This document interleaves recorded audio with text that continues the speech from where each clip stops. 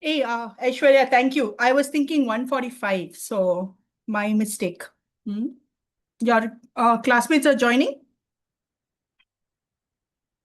Ma'am, I just pinged a message. They will Yeah, be joining. yeah. Sorry, I was thinking 1:45. Then I realized it's So absolutely fine. Anyways, everyone is not very much prompt in our class. yeah. I know. But Yeah, usually ma'am. I come on time. Yeah, So ma'am. you For tomorrow's PPT, actually, is it on online mode or offline mode? no, everything will be on online mode. Tomorrow we won't have class. That's why we're having class today. Hmm? So tomorrow I have a meeting Ma'am, only. Presentation will be okay, on Thursday. so ma'am, Thursday, if possible, we'll Thursday or Friday we will try to do the presentations and finish it off. Okay.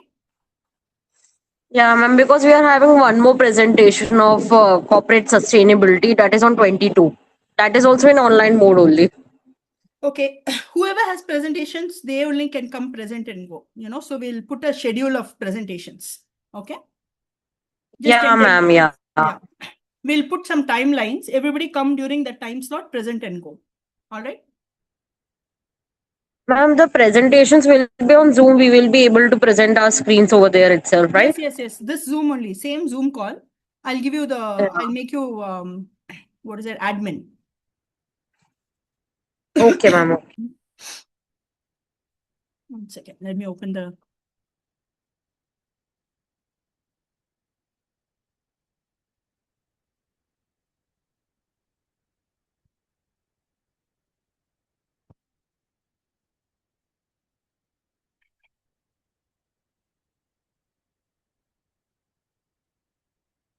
Nobody is ready today, not to present your projects.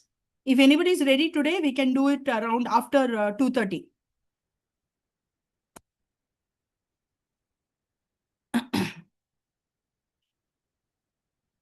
Actually, we are having all the things compiled together.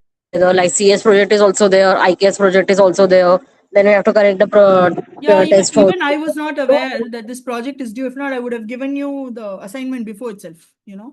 So, Yeah, ma'am, it would be better. And this is so much hotter nowadays, and we can't go also out yeah, because our yeah, petrol price is also increasing. yeah. I understand. Most of the times, that's why teachers have also switched to online mode only for presentations and Viva. Even the Viva is also online. Oh, very good.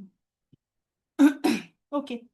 So we'll do the class today. We'll complete Bhagavad Gita today. And then after that, only one topic will be remaining before your finals, which is on temple economics. That we will do the following week after the presentations. Okay.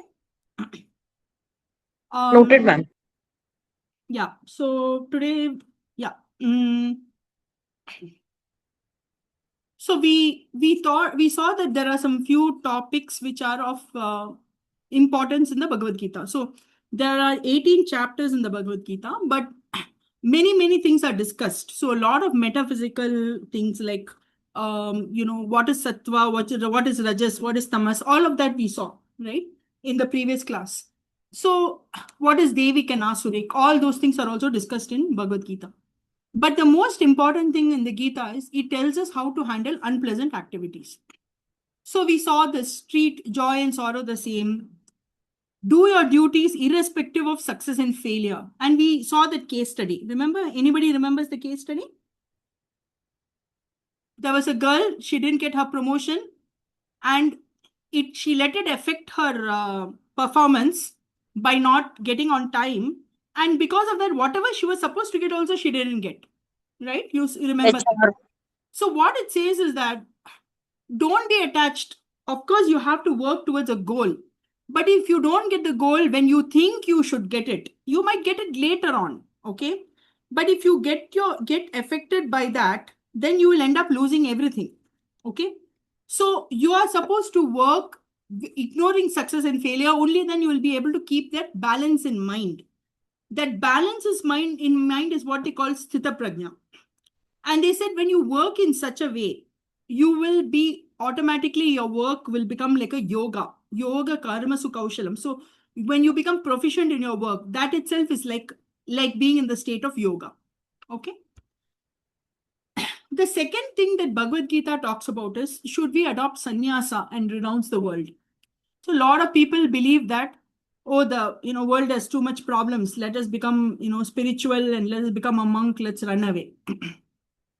Is that what Bhagavad Gita says? Is that what religion teaches us? Is that what our Upanishads tell us?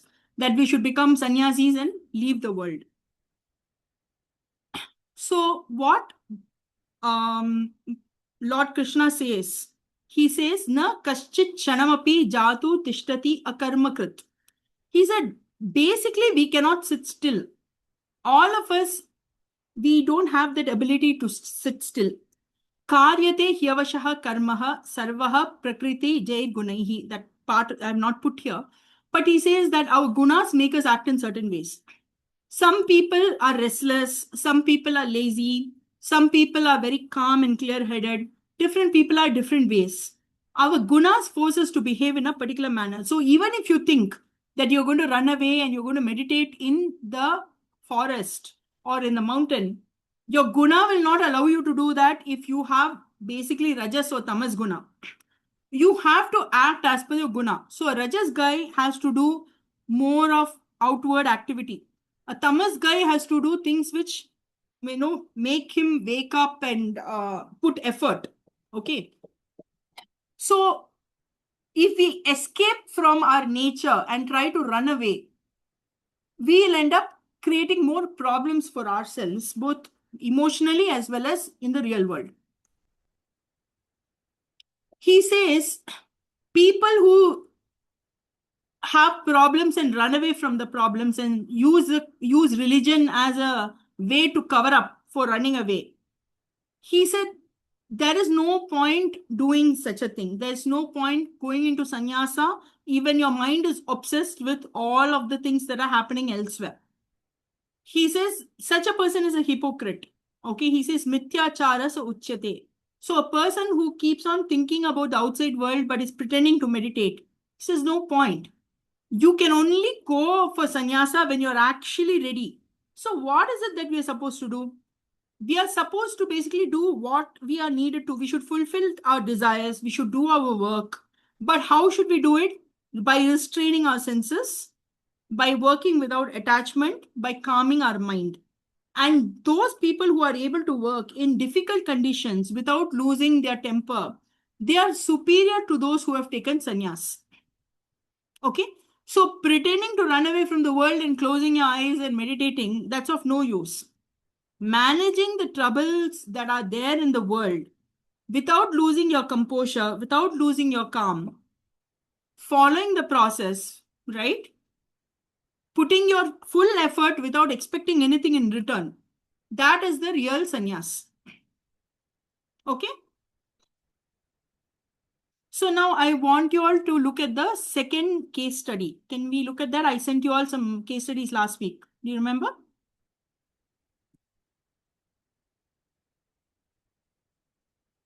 We'll take 5 minutes.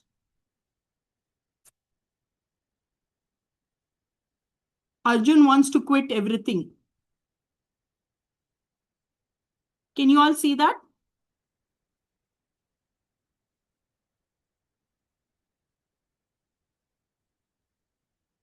Ma'am, the case study too. Case study 2 called Arjun wants to quit everything. Okay. I'm sharing it on my screen. You all have the individual documents. I want you to take just 5 minutes and read through it. And then we will try and see how to relate the case study to what we just discussed. Is that okay? So it's 1:50, 2 o'clock. Take time, 10 minutes, and then we'll discuss.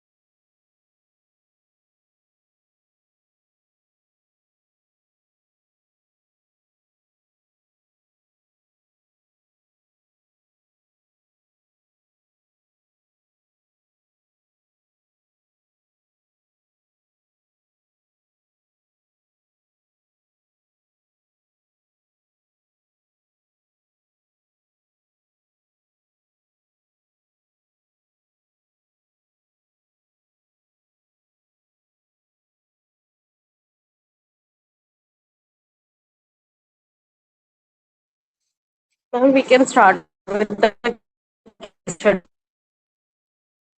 Yeah, I'll just take 2 more minutes. Just read the next case study also, and then I'll come back.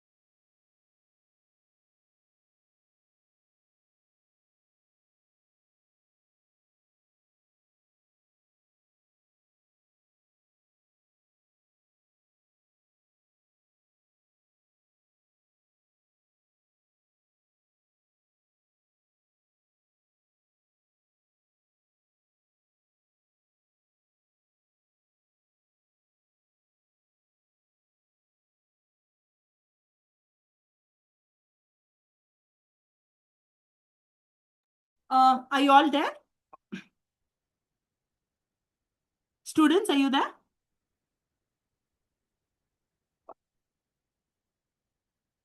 Students, are you there? Can you unmute yourself? Hello. Students. Pooja, Shraddha, Aishwarya. Yes, ma'am. Okay. Are you ready to discuss the case? Sorry, I had an important call to pick up. Yes, ma'am. Okay. So what is this case about Arjuna wanting to quit?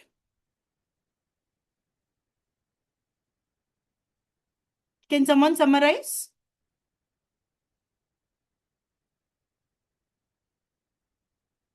Meghna, are you there? Who can summarize this for me?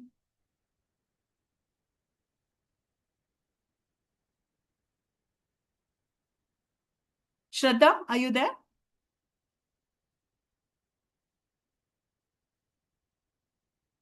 Yes, ma'am. What is this case about?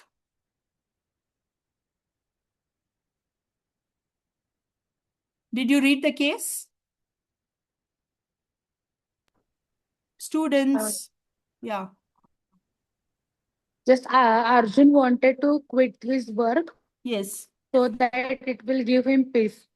Yes. Because he But thinks it will give after him stopping peace. work also, yes. Hmm. But after stopping his work also, he was stressed and restless. He was restless. Yes. Yes. And this shows the real problem. Yes. That was not about his job, but his attachment Correct. His to results. attachment and his Yes. basic restless nature. Right? So no Yes. matter where he goes, Yes. will he get peace? So what is No. causing this restless behavior? What guna is causing this restless behavior? What do you think is his guna? Sattva, Rajas, Tamas, which one?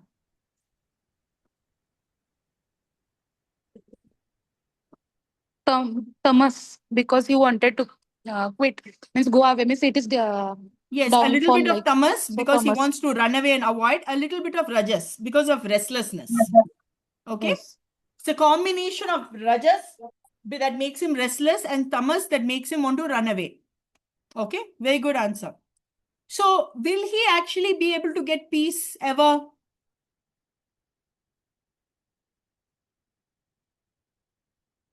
Right? Is he close? Can he get peace like this? No. No. He can only get it when he actually tries to solve the problems. He has to learn how to manage his stress. See, the point that the Bhagavad Gita is trying to tell us is that you cannot manage your stress by running away. You can only temporarily avoid it. You have to face it. Okay, by running away, you can't manage your stress. You have to face it and you have to basically overcome it. Running away, you're just, for some time, you are basically, just postponing. That's all. Nothing comes out of postponing. Okay. So, how do you manage the stress? Don't get any attachment to the outcome.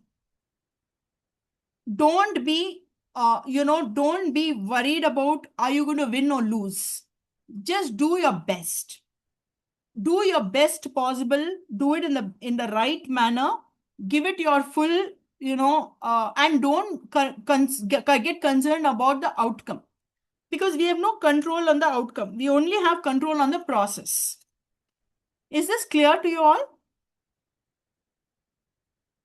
Yes, ma'am. Yeah. And we need to understand that the stress is not created from outside. The stress is our reaction to the outside. Outside things are happening, but if we are calm inside, there is no stress. If we are inside always thinking about those problems, only then there is stress. Make sense? Okay. All right, I'll do the next slide and then you have done the next, you have read the next one also, right? Which is basically the two ways of working of Karan and Meera. So we will discuss both at the same time.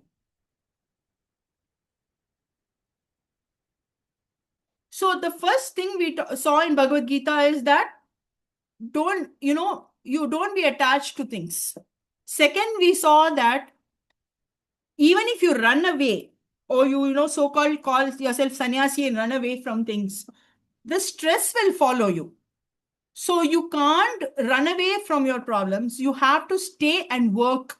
And the one who stays and works and completes it, that person is considered to be greater than the so-called sannyasis. Okay. So in fact, Bhagavad Gita, Lord Krishna says that one who stays and does his duty is much greater than any sannyasi.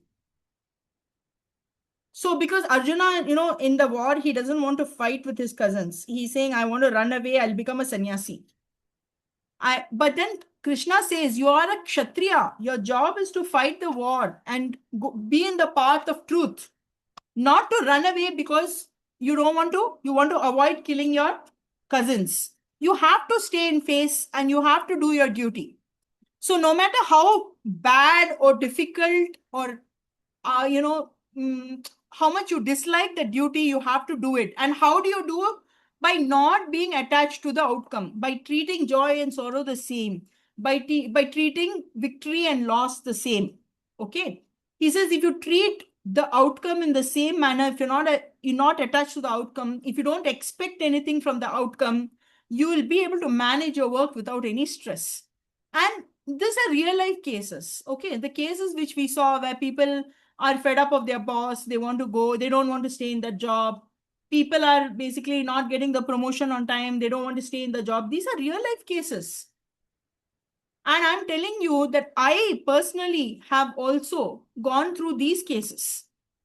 And how I managed my career is by actually adopting these tricks from the Bhagavad Gita, which basically say, do your job. If you don't get the promotion after 1 year, you'll get it after 2 years. You will get it after some time and you might get a better one.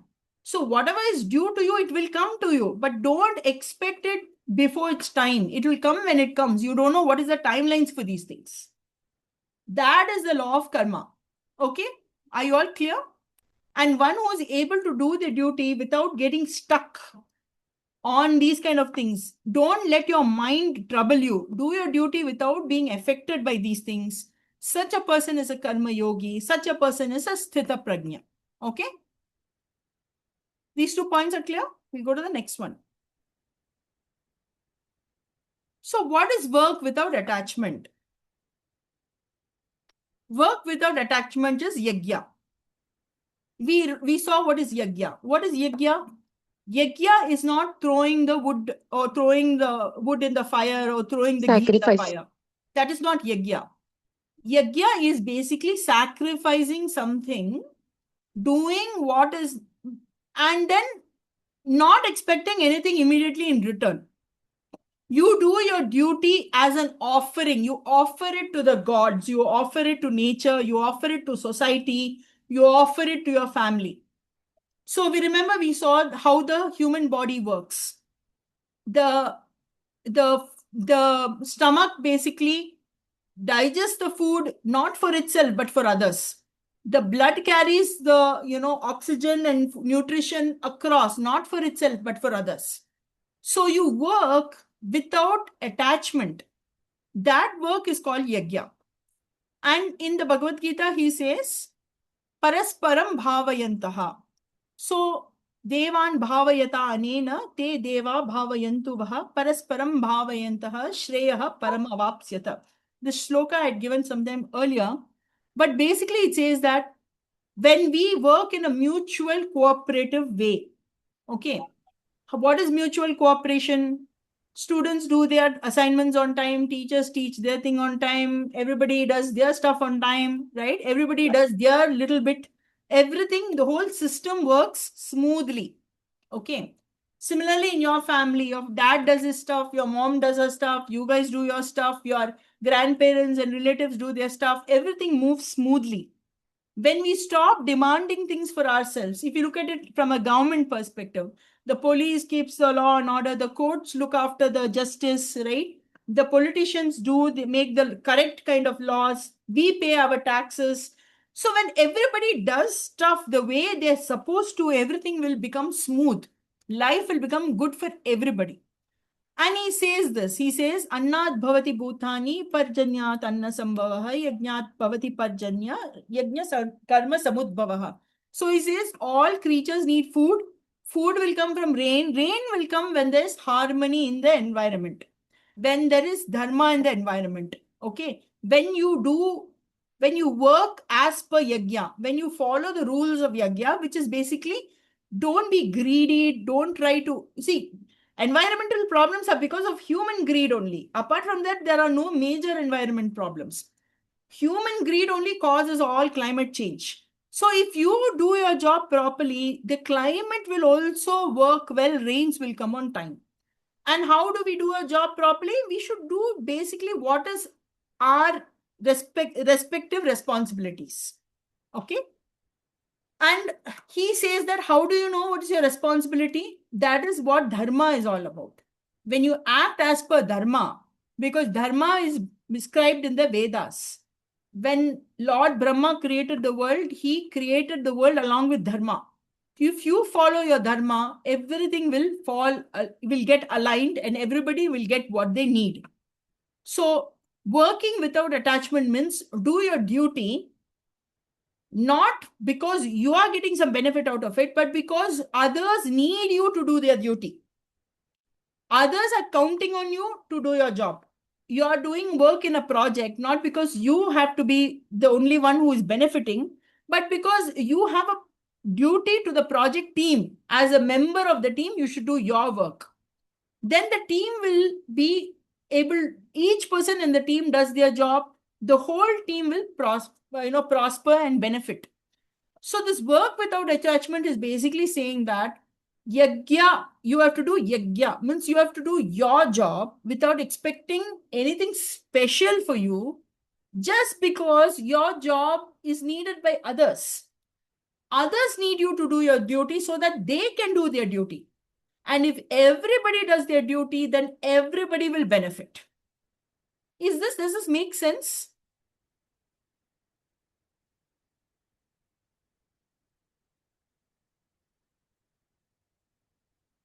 Okay, so now shall we correlate it with the case study? What is the case study saying? Anybody wants to summarize? Karan and Meera. How does Meera work and how does Karan work? Karan is more dedicated to the work just because for appreciation. He wants return in that case.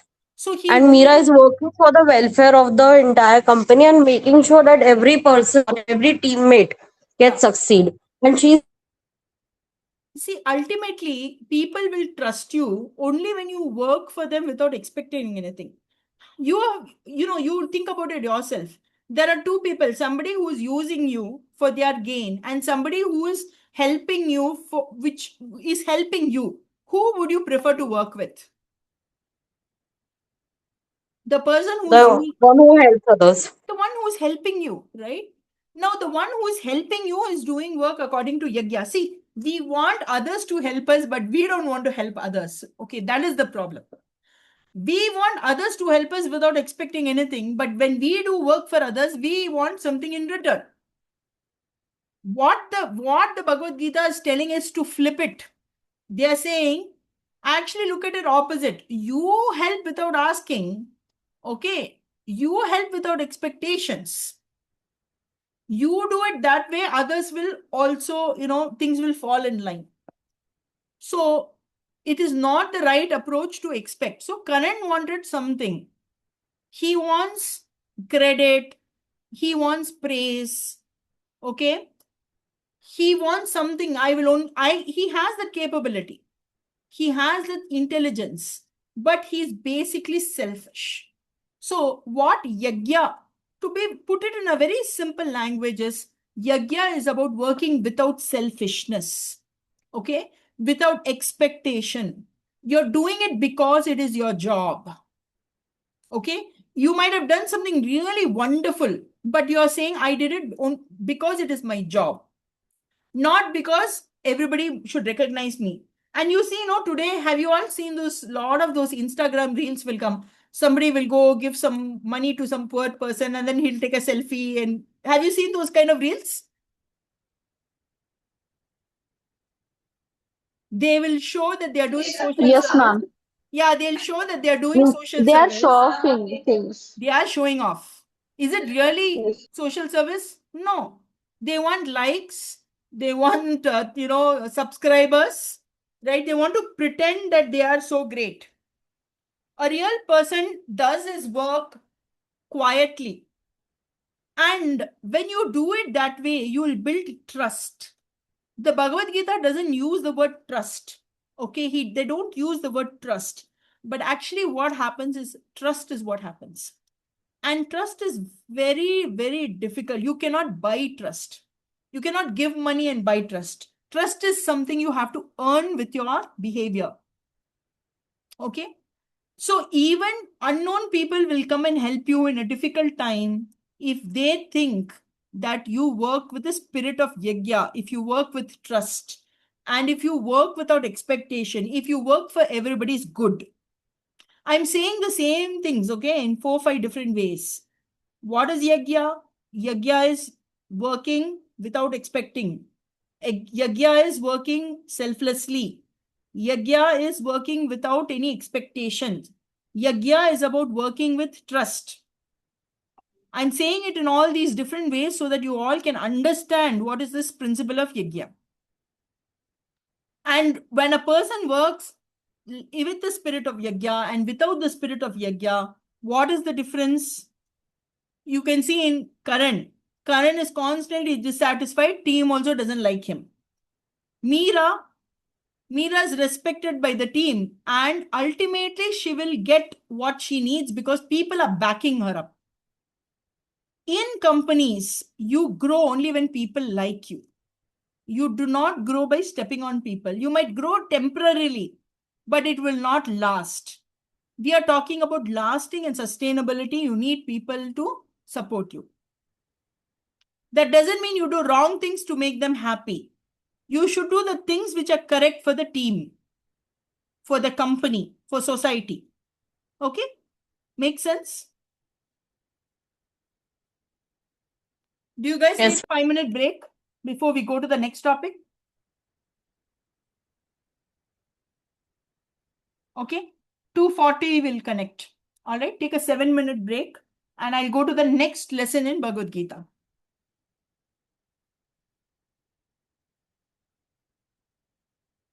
7-minute break. Okay?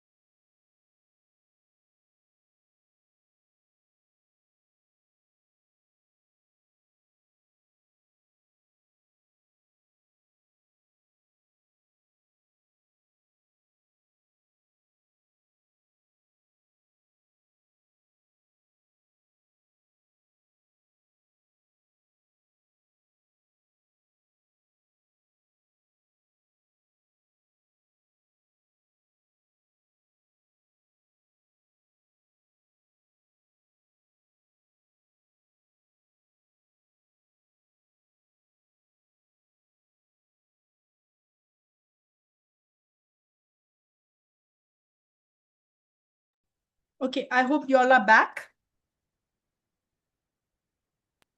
Yes, ma'am. Okay, so we'll continue with the next. So 3 things we have seen. Okay, we have seen is one is we have to cultivate an attitude where likes and dislikes, we are not basically letting it affect the way we work. We work irrespective of whether we like it or not. Second is we also saw that there's no point running away from stress. You have to manage stress internally. So becoming a sannyasi and running away, those are all not solving solutions.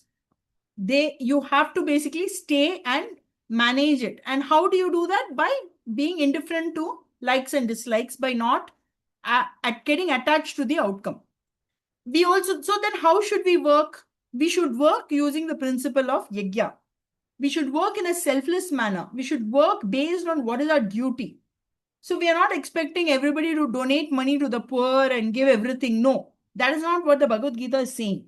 They are not saying give up all your money. They are not saying all that. They are saying you must do the work which you are supposed to do in a manner which is not selfish. If you are in a team, support your team. If you are in a school or college, work accordingly. If you are in a family, work accordingly. Don't be selfish in your dealings. And when you work in such a way, everybody works in such a way, he says, Shreyaha param avapsyata. Means the greatest good only will fall for everybody. So, how do you know what is your duty? Whatever is benefiting. So, what is my dharma? Some people will say, my dharma is to steal.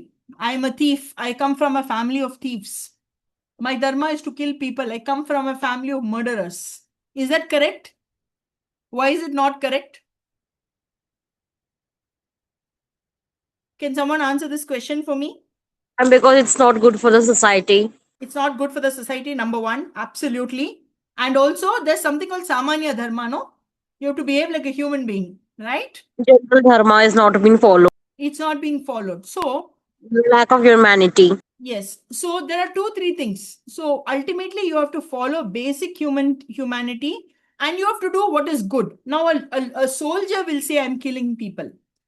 Is a soldier allowed to kill? What soldiers allowed to kill people? Why we are not allowed to kill people? That can be a question you can ask.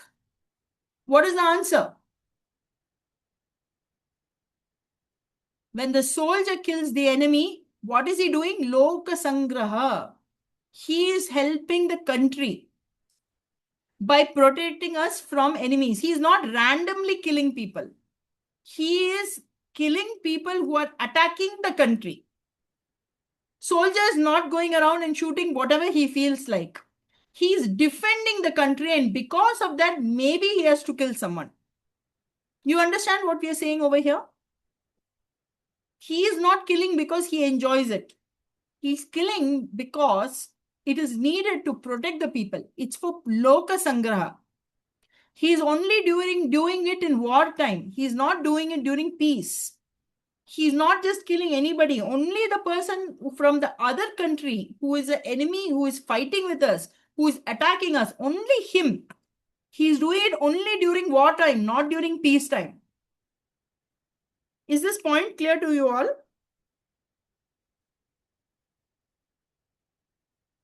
Yeah. So, how do we know our dharma? How do we know that this is really dharma and this is not some fake dharma? You have to put the test of Loka Sangraha. Does it help others? If I'm telling a lie, by telling the lie, is it protecting thousands of people or is it only helping me? Sometimes we have to tell a lie. Sometimes we have to tell a lie. If it actually a lie is better than the truth, sometimes you have to tell a lie. Like we saw in the Mahabharata, Lord Krishna tells Yudhishthira to say Ashwatthama has died because they need to, Drona is doing too much damage to the army. Lot of people criticize that, saying how can he say a lie? But then he justified it by saying that one lie has protected more people than it has harmed. So sometimes we might even have to do some things which are not so right because some larger problem is at stake.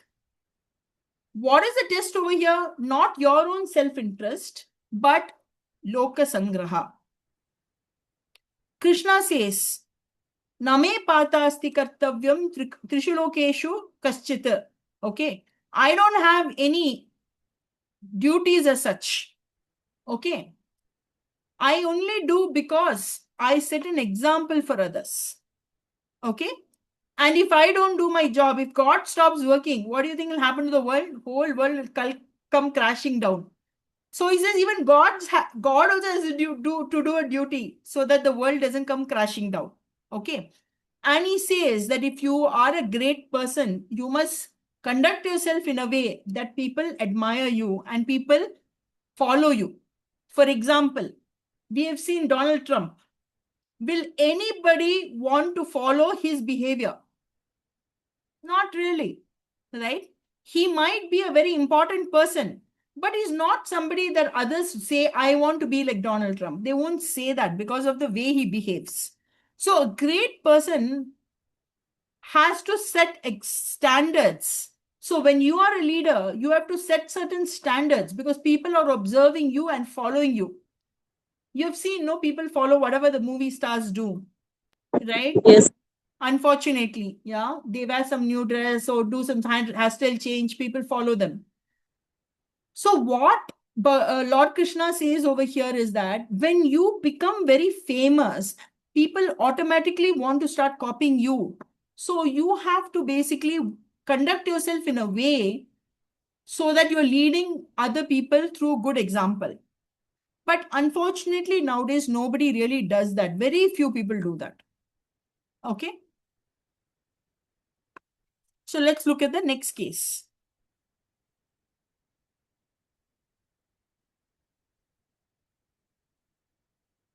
Self-interest versus Loka Sangraha, Ravi and Anita. Will you take just 2-3 minutes to read through it?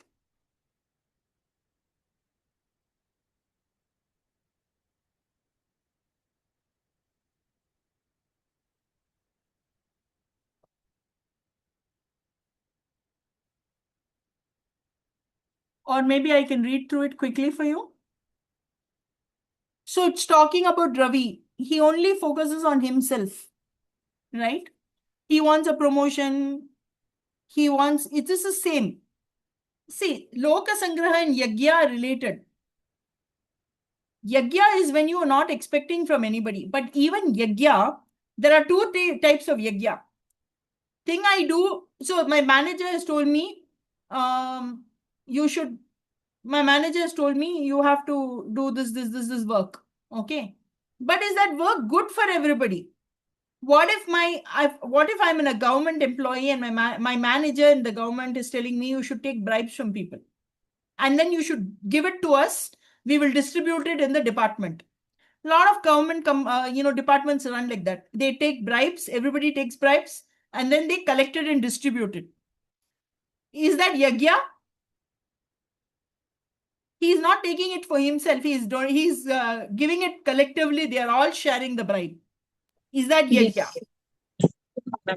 Huh? Yeah, but they're sharing the bribe. If they are sharing the bribe, is it Yagya? What do you all think? Yes or no? Who says yes?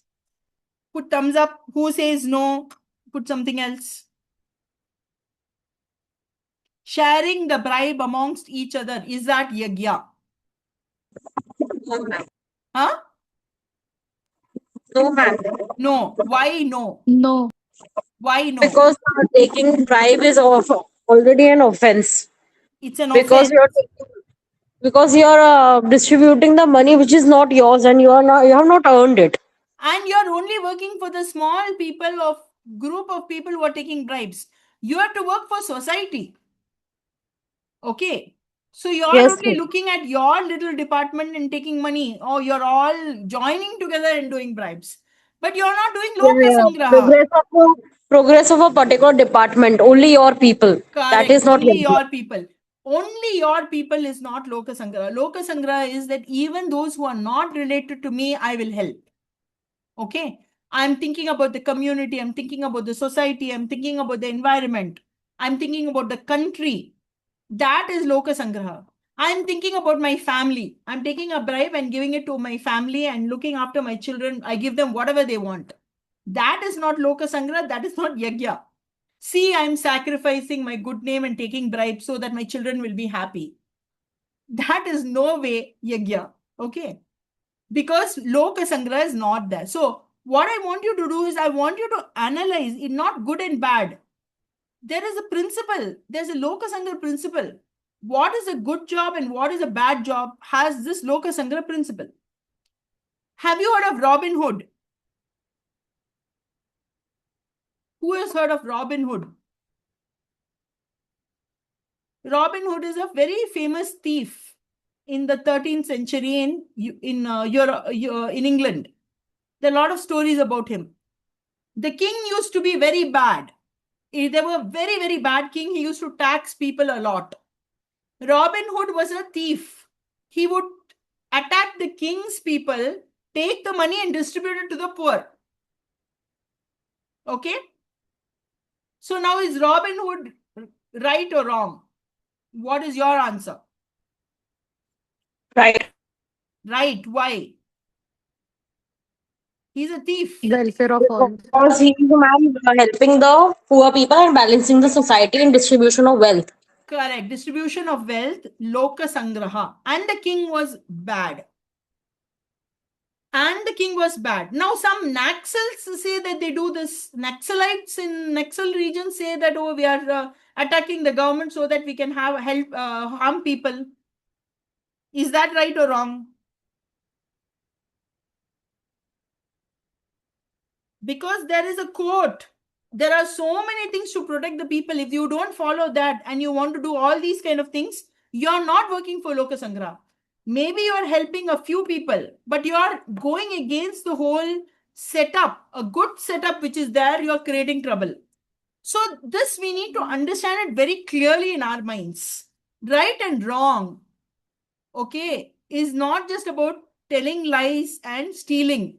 It is about with what intention are we doing it? How is it disturbing the society? How is it helping society? What is this society? Okay. What are we considering society? I destroy a lot of forest area to build houses for the people. Okay. But we have to also think about the society in terms of forest animals, trees, right? Soil. So Loka Sangraha is not just people, it is the environment also. Does it make sense? Are you clear about this? Yes, ma'am. Okay. So we'll continue. Can you see my presentation?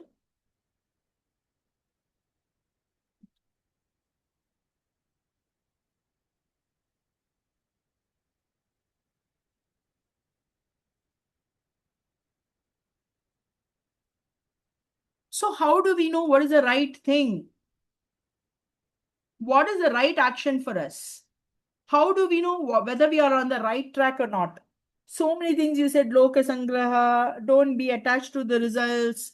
What should I do? How do I know what is the right path? So Bhagavad Gita clearly says, your gunas will tell you. If basically you're a restless kind of person, Rajas is high in you, do more action related activities. Okay. If you're basically a tamas kind of person and you don't like to take effort, do more hard work. If you are a sattva kind of person, right, then you should do more of mental kind of activity. So go be aligned with your nature. Don't try to, a sattva person should not try to become a soldier. He may not be able to take that stress at that point of time in the battlefield. Similarly, we say that a tamas person may not really enjoy doing some kind of intellectual work. If their tamas is very high, they may not like it. Similarly, we are telling sattva people don't do it. Rajas people like something always new. If you give them the same job day in and day out, they'll get bored. we must do the activity that suits our nature. So the first job that you get, whatever job you get, take it. But then slowly try to understand yourself better. What am I good at? What is my basic nature? What do I enjoy doing? And then based on that, try to align yourself. You will be more successful. So he says it's the gunas that carry out the activity. We think that it's us, but it's actually our personalities which drive the behavior. So he says try to be free from your align with your personality, and then try to move beyond your personality. Move beyond the senses and the mind. And for that, he says you need to do your swadharma, not somebody else's dharma. We saw swadharma is based on our nature. Work as per your own swadharma. That is basically what the Bhagavad Gita says. If you work as per your swadharma, yajna will become easy. If you don't work as per, see, if you do thing which you like, na, like I remember Pooja likes to do all this embroidery and stuff, right? She will very easily do it for somebody because she enjoys doing it. But if you ask somebody else to do that work, they won't like it. They'll feel like, oh, how do I do this? A person who does the job which they like doesn't mind helping out others because they enjoy the work so much. A person who feels tortured by some work will never want to help somebody else because that itself is a torture for them. Why they'll do it for somebody else? Yagya becomes automatic when you do something which is aligned to you. When you do something which is not aligned to you, you will never be able to get into yagya. This point, do you all understand? When you are acting as per your nature, automatically yagya happens. When you are acting against your nature, that's when you can't align to yagya. So, Bhagavad Gita says, act as per your nature. Just give me a minute. Can you quickly read the next case?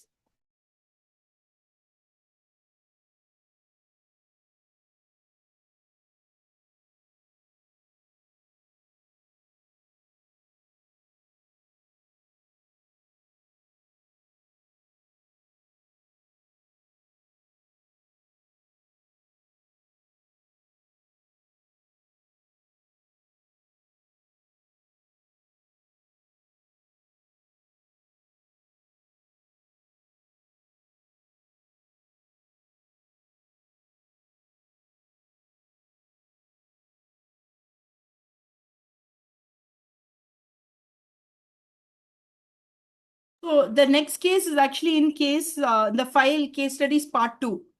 You all saw that? Priya's guna and work alignment. I'm sharing it.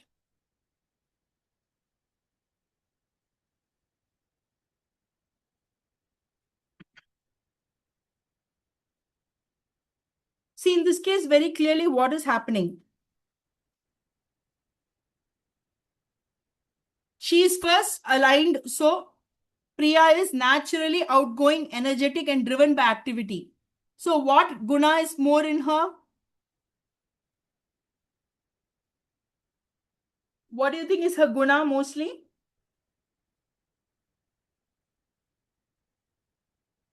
She is outgoing, energetic, driven by activity and social interaction. So what will be her guna? Rajas. Rajas. Okay. Now what first job what she has done? R&D department.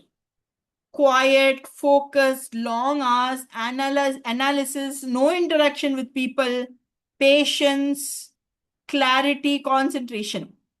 What is happening to her? She's feeling bored and restless. So even though she might be capable and smart, she's not able to be patient. In R&D, we know we have to be patient. It takes time for research to happen. So is it the right kind of role for her?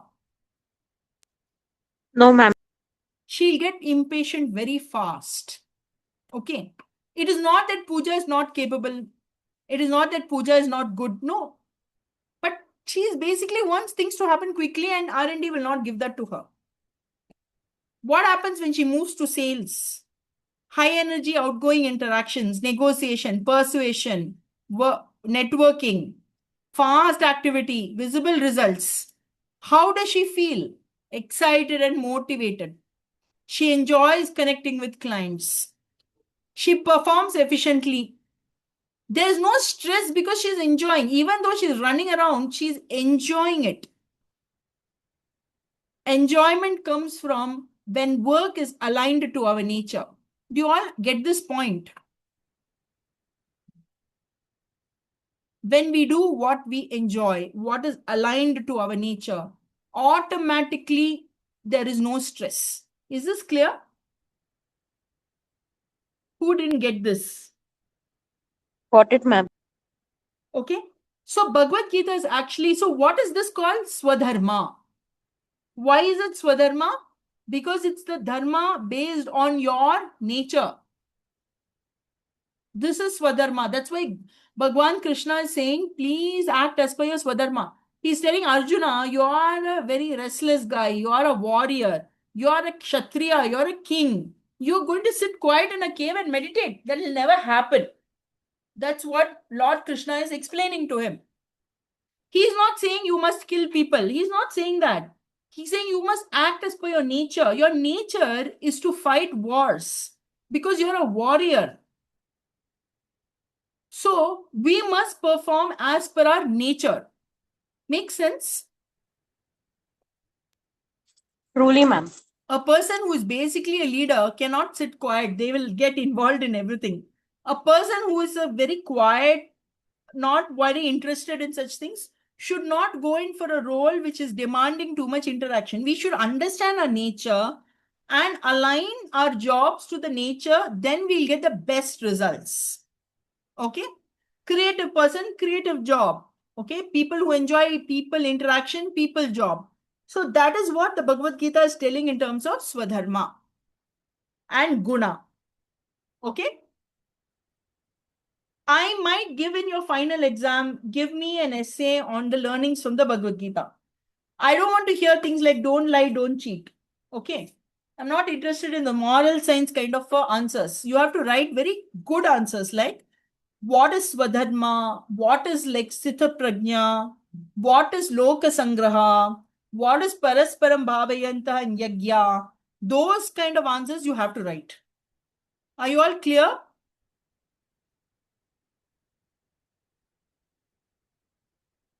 Okay. We'll go to the next one. I'll try to finish this Bhagavad Gita today itself. Okay. We are not learning the whole Bhagavad Gita, just some important ones we are seeing. Is this making sense to you? Does it feel like religion or does it feel like common sense?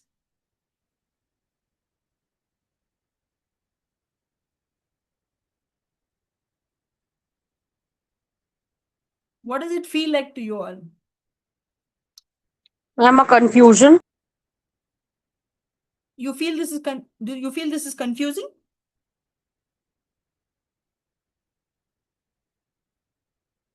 I'm asking, does this sound like common sense or is this some very strange puja part? So Bhagavad Gita is not telling you to do puja part. You can do that also. We are not saying no. But it is asking you to behave common sense by understanding your mind. So over here, it is saying that why do we do wrong things? Why do we do wrong things? What makes us do wrong things? And we find the easier parts because of which we tend to take the wrong things. So he says you do wrong things because of attachment. I wanted something, I didn't get it. So I'm doing something that I can get it. I didn't study. I wanted to get good marks. So I copied from my friend. Okay. So it is the desire. I didn't study. I won't get good marks. I'll write whatever I know and I'll come home. That is different. But copying because I don't want to get into trouble with my parents. That is like a different kind of issue. That is when things go wrong. You got wrong marks, you got 0 and came back. Okay, that's different.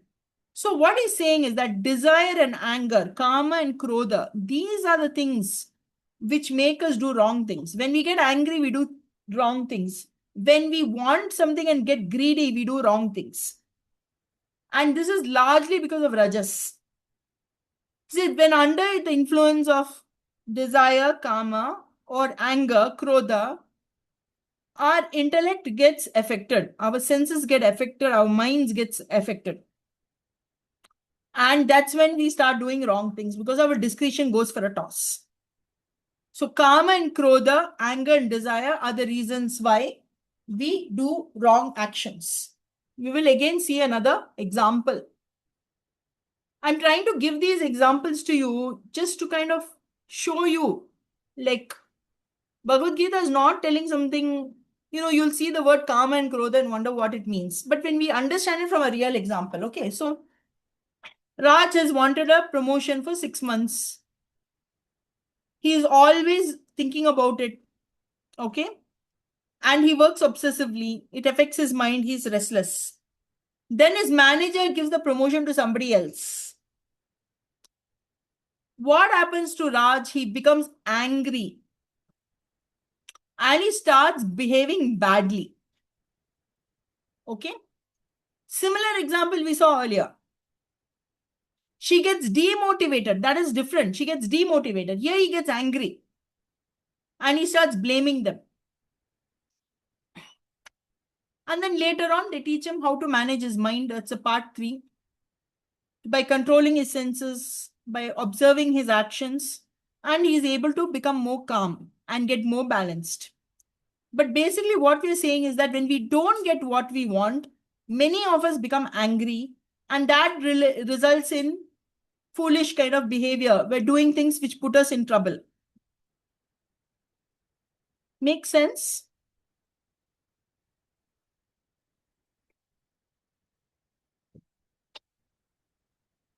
Yes, ma'am. Okay. So how do we control this anger? Work on our mind. Try to learn how to be calm. And there are meditation practices over there, which obviously I'm not going to teach you in this class, but that is the whole purpose of yoga. How to control this kama and krodha. Okay.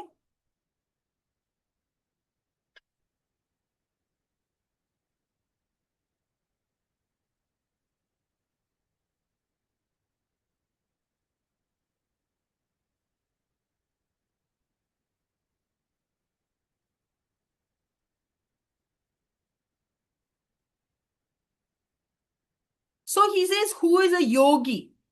Who is a person who now can control his anger? A person who can control his anger is a yogi. What is this yogi? Okay.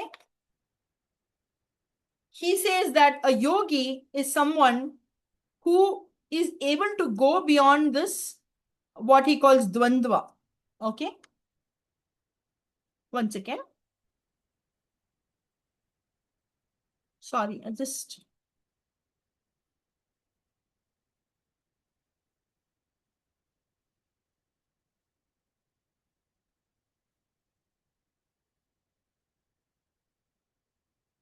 So this shloka over here, he says, the truly learned see a Brahmin, cow, elephant, dog, and dog eater equally.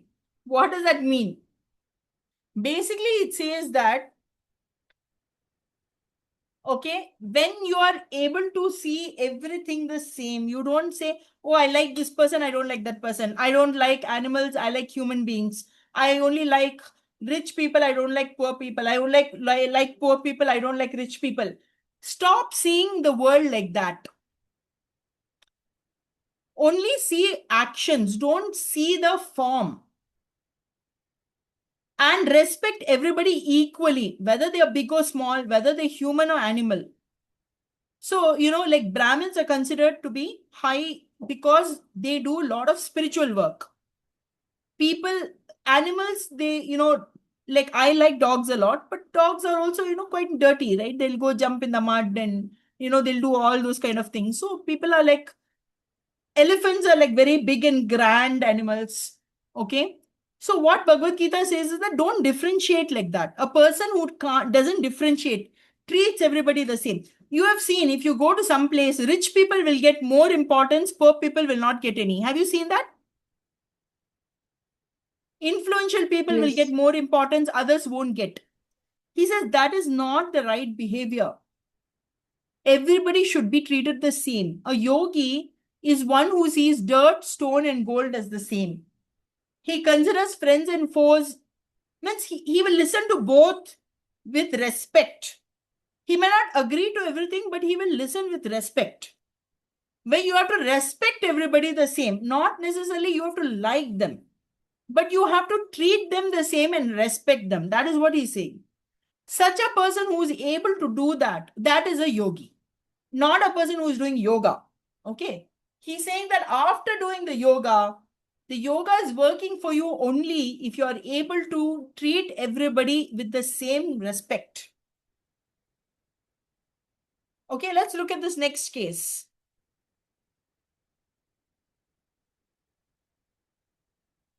Rahul and Narendra. Rahul wants recognition. People who are poor, he treats them badly. They are both spiritual teachers in the ashram. Rahul only wants wealthy devotees. Poor visitors, he ignores them. Okay? He is admired by some people, but many feel excluded. Narendra treats everybody the same. He is not concerned about the wealth or influence, but whether they are actually able to get that spiritual understanding. He's talking about, Narendra is talking about detachment, compassion, and discipline. So what this case study is telling us is that outer social recognition is not so much as the inner way in which we behave. And that is what a yogi is able to see. He is able to see that inner part of you. Is this clear? Any doubts, any questions? No, ma'am, clear. Okay, so now the Bhagavad Gita, actually, this is the best part of the Bhagavad Gita. Okay. Krishna tells lots and lots and lots to Arjuna. 18 chapters, 700 shlokas. He talks about karma, dharma, trigunas, devik, asuric behavior, varnashrama system, yagya, brahman. We have learned all this. We have learned all this. And then he says these words in the end. The Lord is saying, Iti te jnanam akyatam guhyat guhyataram maya vimarshaye tad asheshena yathechasi tata kuru. He says, yathechasi tata kuru. Yath ichasi, what you like. Tata kuru, do like that. He says, I've given you all this knowledge. I've explained everything to you. Now you do what you feel is right. You want to fight the war, fight. You don't want to fight, don't fight. I have given you the choice. So the biggest thing that we have as human beings is that God gives us the choice. We have the right to do something stupid. We have the right to do something sensible. We can do something wrong. We can do something right. God has given us what they call the intellect, the buddhi, to decide whether it's right or wrong.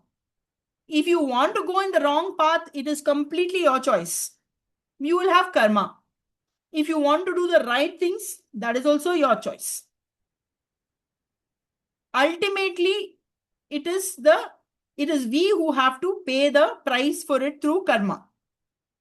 And God does not force us to do anything. He doesn't say you must pray to me. You must do like this. You must chant this mantra. No. It's very clear in the Bhagavad Gita. He says, Vrimrishyaye tad asheshena. Think about it deeply. He says, Guhyat guhyataram jnanamakyatam. I have told you the most deepest secrets. How this world works, gunas and Brahman and yagya and dharma. I've explained everything. Vimrishayet, think about it deeply. But then do it what you think is right. It is your choice. Yate ichchasi tatha kuru. So why we are saying this is that ultimately we have the choice. Nobody is forcing anything, and that is why Sanatan Dharma is considered to be very open, because it doesn't force anything on anybody. It tells you what is a way in which we should work, we should act, but it does not force you to do anything. And this is very clear by the way Bhagavad Gita, Lord Krishna himself is telling Arjuna, you do what you you think is right. I've told you everything. Think about it. Now you decide. Imagine God is telling that. Is that not great? God is not saying, I am God, listen to me. You must do as I say. No, he's saying, I've told you everything. I've given you a brain. Now you decide. That is basically one of the most important pieces about the way Indic philosophy, Indic thinking.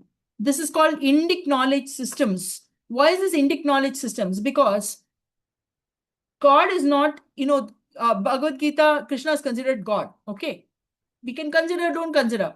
That is up to you. That is also up to you. Whether you want to consider Krishna God or not, that's up to you. Whether you want to listen to his words, that is up to you. You have the right to behave the way you want to, but keep in mind what results in good things, what results in bad things. What is a preferable way to work? What is not a preferable way to work? That is what is explained to us. I want to stop here and I want to hear from each one of you. What do you think about this? You're all teenagers. Your parents will not teenagers. You are now young adults, right? You'll all be 22, 21, 22. What do your parents tell you? Do they even give you this much choice?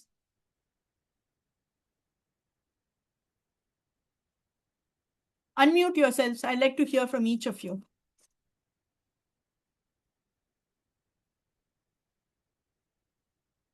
Should I call names?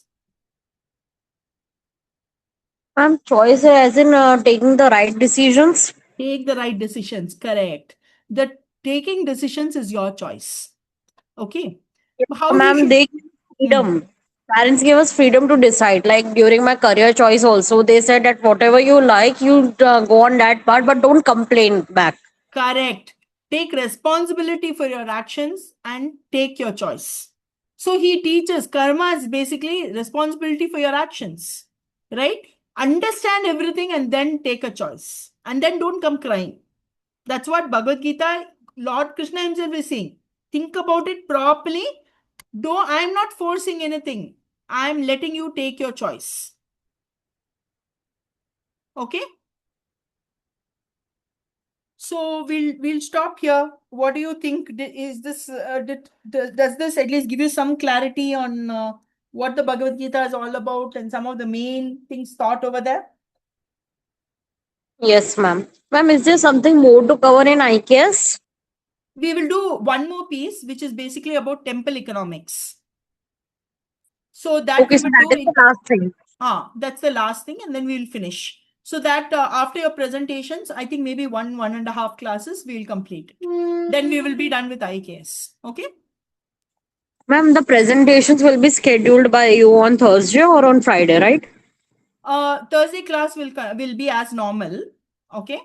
So how many presentations we can complete? I think we can complete all the presentations if you all take 10 minutes each. Okay. In 2 hours, we'll be able to complete, because the ones who have not come to class, I will set up some other time with them to make the presentations. Okay. So we can try and complete it in next class is what I think. To just 10 minutes presentation. Okay. Ma'am, on Thursday it will be? Thursday. Normal time, 3:30 to 5:30, na? Okay, ma'am, noted. Okay. So I'll pause here. I'll stop. Any questions? Did you all understand this? Do you agree, disagree? Any thoughts? Please share. Ma'am, actually, one more thing. Yeah. Ma'am, what about our paper viewing? When can it be done for I have IKS? not received your papers yet. The university has not sent me the papers. So Oh my I'm God. not able to correct them. Please ask Rahul ji. Ma'am, Hanji sir told that you will receive. I will receive, but I've not yet received. I asked him, he said I'll get it today, it seems. But I've not yet got it. The moment I get it, I will be able to, I need a day to grade it, and then I will make it available for you. Let me call him, okay? It was supposed to be sent to me last week only, it was not sent. Somebody has to scan it and give it to me. Right, ma'am. That is a misconduct from university side. Let's not use these heavy terms. Okay, I mean, it's not a misconduct. They have some Yeah, challenges, but the moment I get the papers, I'll call Rahul ji, and I'll see. Because for me also it's difficult, the weekend I could have done it. Now I have other work also. So I'll have to sit and do it in the night or something like that. Okay, I'll take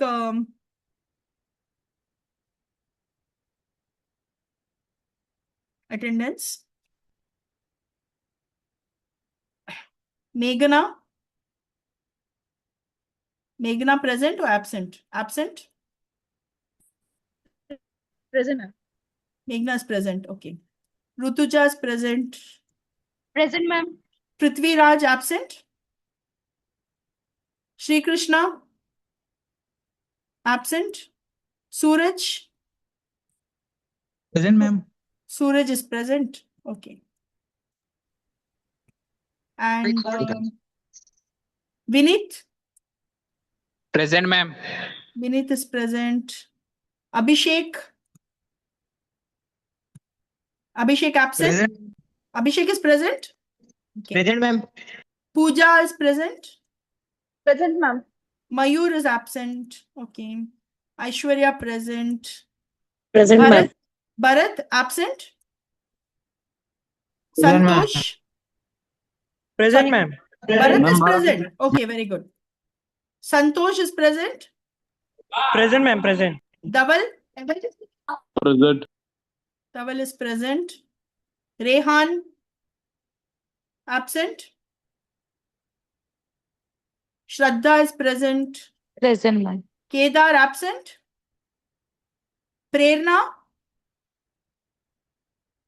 is absent. Savari is also absent. Yash is absent. Manasvi. Present, ma'am. Manasvi present. Sangam absent. Okay.